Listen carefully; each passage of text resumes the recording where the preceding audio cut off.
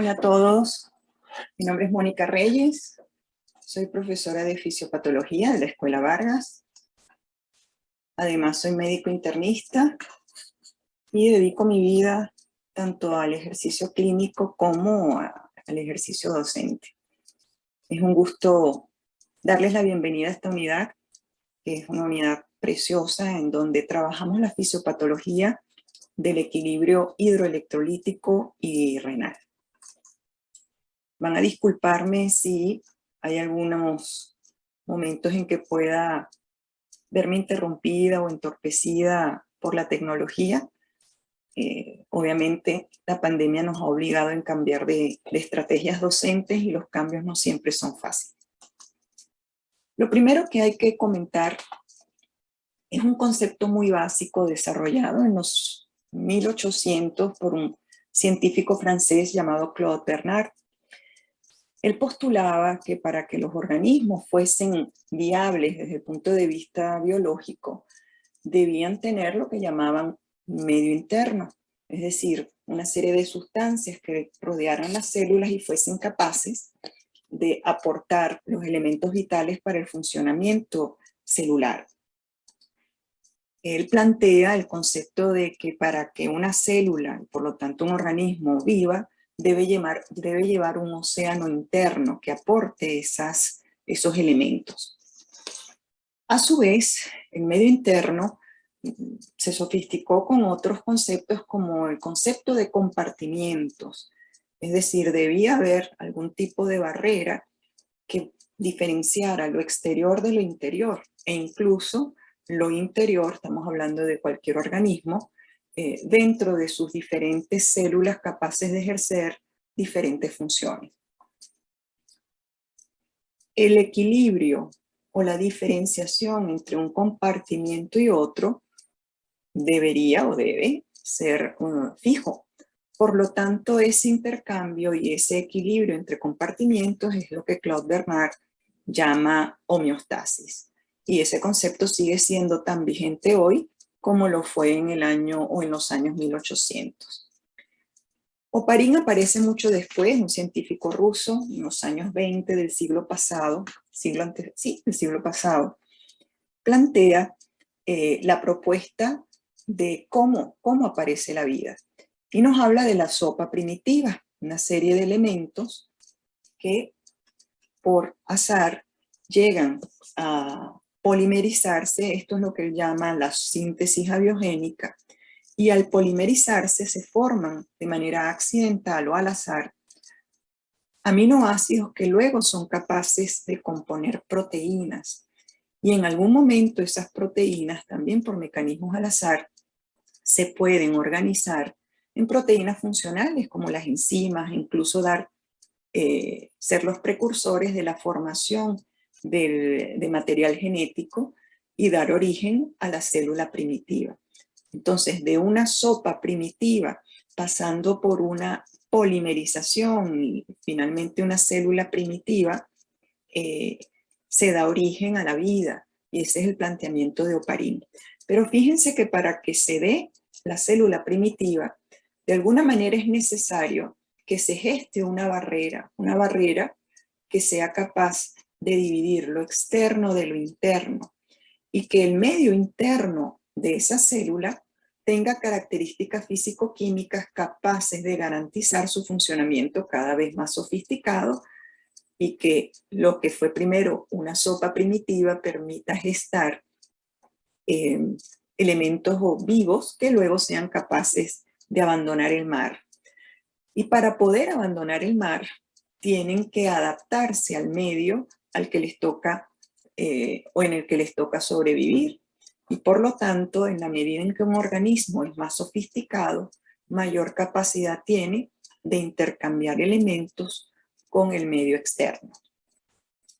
De Bernard y Oparin aparece el concepto de agua corporal total. Porque realmente eso es lo que somos.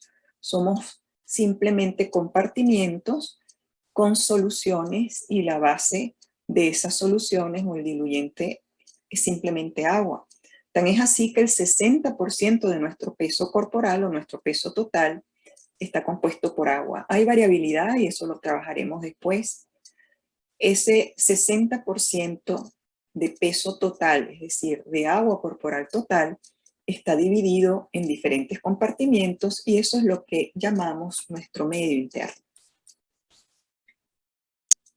Esos compartimientos, a su vez, están subdivididos. Fíjense que 2/3 del agua corporal total está contenido en el líquido intracelular o en las células, dentro de las células. Y hay otro tercio que está distribuido a nivel extracelular. A su vez, este líquido extracelular se ve dividido en un gran compartimiento que es líquido intersticial y en otro más pequeño que es el intravascular.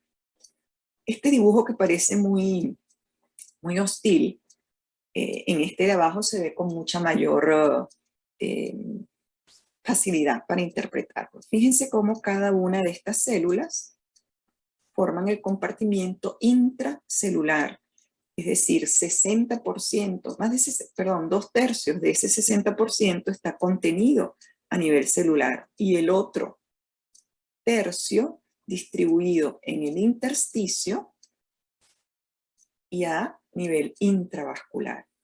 Es decir, podríamos concluir que de todos estos compartimientos es el líquido intravascular el más pequeño y el intracelular el más grande o dominante. Hablamos entonces de que somos soluciones. ¿Y qué es una solución? Simplemente soluto, en este caso hablamos de cloruro de sodio, diluido en un solvente universal que es el agua. Esa solución puede tener diferentes concentraciones, pero finalmente la solución es la combinación de estos elementos, por ejemplo el sodio y el cloro, a los que se adhiere partículas de agua, y el agua es el solvente universal porque tiene una característica muy especial y es que tiene bipolaridad, es decir, el oxígeno tiene una carga negativa capaz de verse atraído por elementos positivos como el sodio, y los dos hidrógenos son cargas positivas capaces de ser atraídos por elementos de carga negativa como es el cloro. Cuando hablamos de soluciones, regresemos un poco a la química de tercer año, hay varios elementos que debemos considerar, o varios conceptos que hay que repasar. Un mol de una sustancia, de un elemento, es igual al peso molecular de esa sustancia multiplicado por el número de Avogadro. El número de Avogadro es 6,02 por 10 a la 23. Un mol de glucosa que pesa 180 gramos tiene 6,02 por 10 a la 23 moléculas de glucosa. Cuando hablamos del cloruro de sodio, vemos que su peso molecular obviamente es menor, 58,5. Por lo tanto, 6,02 por 10 a la 23 moléculas de cloruro de sodio están contenidos en un mol de cloruro de sodio y pesa 58,5 gramos. Otro concepto que hay que revisar es el de osmol. Un mol multiplicado por el número de partículas en los que se disocia es lo que llamamos un osmol. Fíjense qué interesante, si bien la glucosa es más pesada, 180 gramos, no es capaz de dividirse. Por lo tanto, un mol de glucosa es lo mismo que un osmol de glucosa. Con el cloruro de sodio, a pesar de ser más liviano, un mol equivale a 2 osmoles de cloruro de sodio, por el simple hecho de que el cloruro de sodio es capaz de dividirse en 2 partículas osmóticamente activas, como lo vemos acá. Si queremos convertir una solución que está expresada en miligramos por litro, en miliosmoles por litro, o sea, de una expresión de masa a una expresión osmótica, tendríamos que dividir el peso molecular y además multiplicarlo por el número de partículas. Vamos a tomar el ejemplo más sencillo. La solución cloruro de sodio con la que ustedes van a trabajar muchísimo durante su vida profesional y desde ahora, es la llamada solución fisiológica. La solución fisiológica tiene 9 gramos por litro de cloruro de sodio, lo que es lo mismo decir 0,9%. Es decir, hay 9.000 miligramos por litro en la solución de cloruro de sodio. Esa es su concentración. Si nosotros multiplicamos por el número de partículas en las que el cloruro de sodio es capaz de dividirse y lo dividimos a su vez en el peso molecular, que es 58,5, obtendríamos la molaridad o la osmolaridad de esa solución. En este caso, 308 miliosmoles por litro. Es decir, que la solución cloruro de sodio que vemos en cualquier emergencia o en cualquiera de nuestras áreas de práctica médica tiene 308 miliosmoles por litro de cloruro de sodio. Pero vámonos ahora a una solución dextrosa al 5. La solución de dextrosa al 5% tiene 50.000 miligramos por litro de glucosa. Si lo multiplicamos por el número de partículas en que la glucosa es capaz de dividirse, multiplicaríamos por 1. La glucosa no puede dividirse en otras partículas. Y vamos a dividirlo entre su peso molecular, que es 180. Fíjense cómo entonces la osmolaridad de una solución de dextrosa al 5% es de 278 miliosmoles por litro. Este ejemplo es bien ilustrador de cómo no necesariamente el peso molecular del soluto impacta la osmolaridad de esa solución. Mucho tiene que ver con la capacidad que tenga ese soluto de dividirse y por supuesto del peso molecular de ese elemento. Es decir, que la solución fisiológica desde el punto de vista osmótico es mayor que la solución de dextrosa, a pesar que esta solución de dextrosa tenga un elemento con un peso molecular de 180 versus el del cloruro de sodio de 58,5. Otro concepto importante cuando hablamos de soluciones es que esos solutos no solamente tienen capacidad osmótica, sino que también tienen carga. Un equivalente de un elemento cualquiera es igual a un mol de ese elemento cualquiera multiplicado por la valencia. Recuerden que la valencia viene dada por la carga eléctrica de ese elemento. Si nosotros queremos transformar una solución expresada en masa, debemos tomar la concentración de esa solución, dividirlo entre el peso atómico de esa solución y multiplicarlo por la valencia.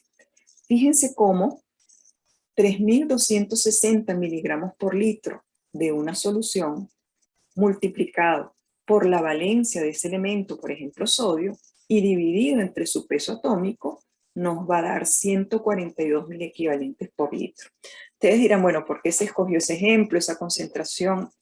Simplemente porque esa es la concentración de sodio plasmática. Es la concentración que todos tenemos o deberíamos tener en nuestro líquido intravascular.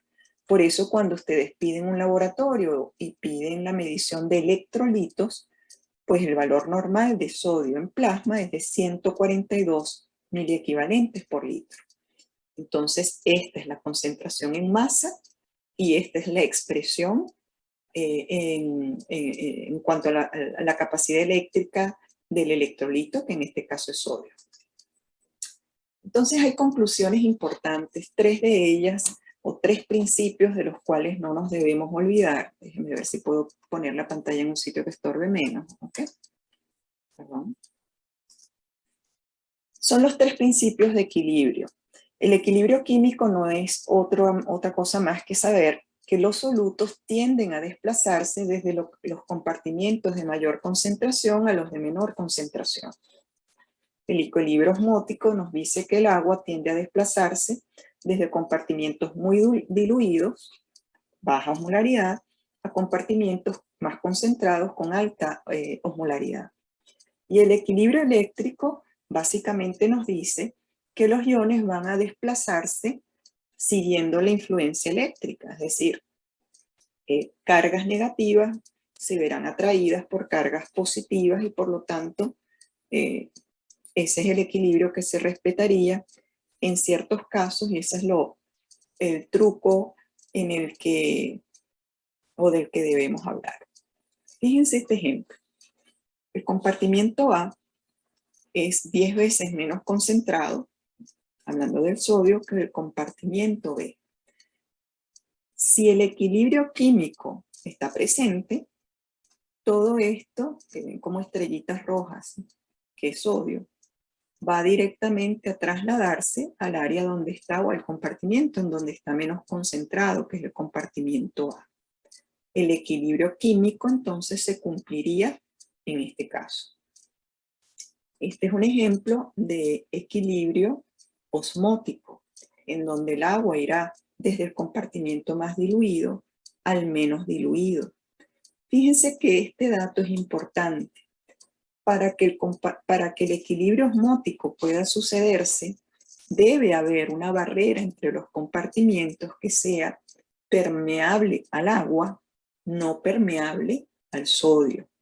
De ser permeable al sodio, el equilibrio eléctrico justificaría el paso de sodio desde el compartimiento B al A.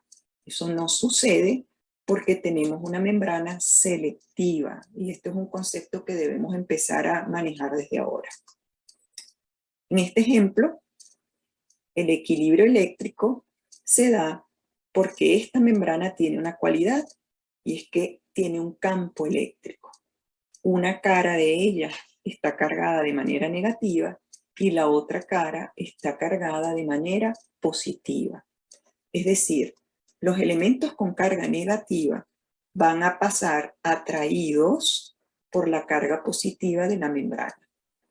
Y esto es válido en el caso de las cargas negativas que se ven rechazadas por este campo y por lo tanto son impermeables a la membrana. De nuevo, la membrana es la que define qué tipo de equilibrio se va a lograr: eléctrico, químico, osmótico.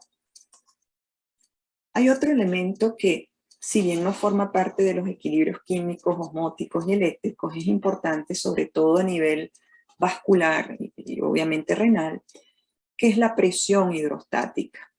La presión hidrostática no es otra cosa que fuerza mecánica ejercida sobre un compartimiento y que de alguna manera vence, llamémoslo así, la capacidad restrictiva de una membrana y por lo tanto es capaz de ejercer paso del compartimiento A, en este ejemplo, al compartimiento B.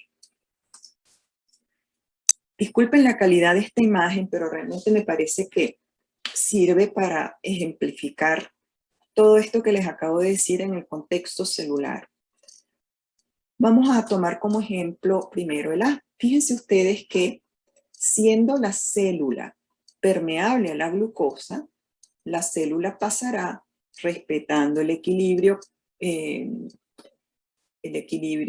químico del compartimiento donde hay más concentración, en este caso el compartimiento extracelular, al compartimiento donde hay menos concentración, en este caso el líquido intracelular, o intracelular en este caso podríamos ya decir. Si esta célula se ve equilibrada desde el punto de vista de concentraciones, el agua no tiene por qué cambiar de dirección. Cumple con su equilibrio osmótico. Si no hay variabilidad osmótica, habrá entonces equilibrio osmótico estándar. Vámonos por favor al ejemplo C, donde les coloco el cursor. En este caso, esta membrana es impermeable al sodio, pero permeable al agua. ¿Qué significa esto? Que el agua seguirá la ley del equilibrio osmótico y pasará del compartimiento intracelular al extracelular. Ahora, este paso de agua de un compartimiento a otro tiene una consecuencia inexorable, que es el cambio de volumen de esa célula. Si hay paso de agua de la célula al exterior, por supuesto que el volumen de la célula disminuirá. Eso significa que se va a achicar, expandiéndose el espacio extracelular. En el ejemplo primero pasa lo contrario. Si la célula se llena, vamos a decirlo así, de un elemento osmóticamente activo, pues el agua logrará llenar esa célula o pasará para cumplir el equilibrio osmótico y la célula va a aumentar su volumen, se expandirá. Pero si tenemos un elemento neutro como la urea, que es capaz de pasar parcialmente la membrana y ser rechazada parcialmente, realmente no se ejerce una presión osmótica significativa y por lo tanto la célula tiende a conservar su volumen. La conclusión más importante de estos conceptos básicos es que cualquier cambio en la composición de los líquidos corporales, de los compartimientos, determinará variaciones del volumen de los mismos. Y esto es la base del equilibrio físico-químico necesario para que las células tengan una funcionabilidad. Y les va a llamar la atención que la composición del líquido intracelular respecto al extracelular es muy, muy variante. Por ejemplo, a nivel extracelular, la concentración de sodio es de 142 miliequivalentes por litro y a nivel intracelular apenas 12. Es decir, esto lo que nos está diciendo es que hay una barrera que impide que el equilibrio químico se dé. Y esa barrera es la membrana, de la cual hablaremos después. Lo mismo pasa con el potasio. A nivel intracelular, la concentración de potasio es de 150 miliequivalentes por litro. A nivel extracelular, apenas de 4.3. Y bueno, así con otros elementos, tanto cationes como aniones. Esto, por favor, revísenlo y léanlo con un poquito más de profundidad. Una de las conclusiones que tomamos de esta lámina es que el electrolito o el elemento dominante a nivel extracelular es el sodio. Y el electrolito dominante a nivel intracelular es el potasio. Y cuando hablo de electrolitos, en este caso, estoy hablando de cationes, elementos con cargas positivas. Con los aniones, el elemento fundamental o predominante a nivel extracelular es el cloro. Y a nivel intracelular es más variable, están más repartidos entre todos los elementos a nivel intracelular. Recuerden que a nivel intracelular tenemos una serie de elementos como enzimas, transportadores, organelos, que pueden aportar cargas negativas. Una de las conclusiones también importantes es que para que esta diferenciación se dé, de nuevo la barrera que divide el LIC del LEC es muy importante. La osmolaridad plasmática está dada por el elemento más abundante, osmóticamente activo a nivel intravascular o plasmático. ¿Okay? La osmolaridad plasmática tiene una fórmula muy sencilla de calcular. Es 2 veces la suma del sodio más el potasio y se agregan 2 elementos que, si bien son más débiles desde el punto de vista osmótico, también ejercen cierta influencia: la urea y la glucosa. Si todos estos elementos están presentes en sus concentraciones normales, el valor normal de osmolaridad plasmática es de 290 miliosmoles por litro. Si ustedes a un individuo normal le toman una muestra de sangre y la procesan en un osmómetro, ese valor normal debe ser de alrededor de 290 miliosmoles por litro. En patologías esto cambia, ojo. Una de las cosas importantes de esta fórmula, que después la vamos a trabajar un poquito más, pero me parece un buen momento para introducirlo, y esa es la razón por la que el sodio está tan resaltado en la imagen, es que el elemento que define, sobre todo en condiciones fisiológicas, hay otras en donde las cosas pueden cambiar, el elemento primordial que define la osmolaridad del plasma es la concentración de sodio. Concentraciones de sodio por debajo de lo normal establecerán osmolaridades plasmáticas por debajo de lo normal. Concentraciones de sodio por encima de lo normal establecerán valores mucho mayores al normal. Yo los invito a sacar cuentas, ¿no? Hagan este cálculo, por ejemplo, con unos niveles de sodio de 160. Si nosotros tenemos una condición, que las hay, en donde hay una hipernatremia, hiper alto, natremia, emia, sodio en sangre, veremos que la osmolaridad plasmática se va a elevar de manera importante. Piensen ustedes qué impacto puede tener eso sobre una célula en el sistema nervioso central. Esa célula es permeable al agua, impermeable al sodio. Por lo tanto, si la osmolaridad plasmática es mucho mayor que la intracelular, habrá un desplazamiento de agua, como lo explicamos antes, desde la célula hacia el exterior. Y eso inexorablemente traerá cambios de volumen dentro de la célula, en este caso neuronal. Imaginen lo que eso implica desde el punto de vista funcional de esa célula. Por eso los estados hipernatrémicos, por ejemplo, en estados severos, no estamos hablando de cambios pequeños, tienden a causar en el paciente disfunción cognitiva, incluso confusión y coma. Esto se los menciono porque, si bien me fui mucho a la parte clínica, que a veces para mí es difícil evitar, le da a estas fórmulas la importancia práctica que merecen. Esto no es nada más una fórmula química como nos enseñaron nuestros profesores en bachillerato, sino que tiene impacto real sobre estados fisiopatológicos y sobre las intervenciones terapéuticas que ustedes van a hacer más adelante. Ejemplos de soluciones de reposición.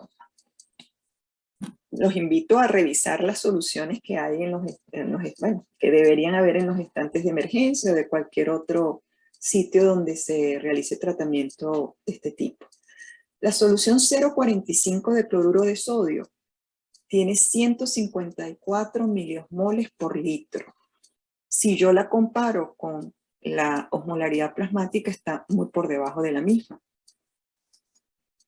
La solución de dextrosa al 5%, 252 miliosmoles por litro. Está un poco por debajo de los 290, que es la osmolaridad normal.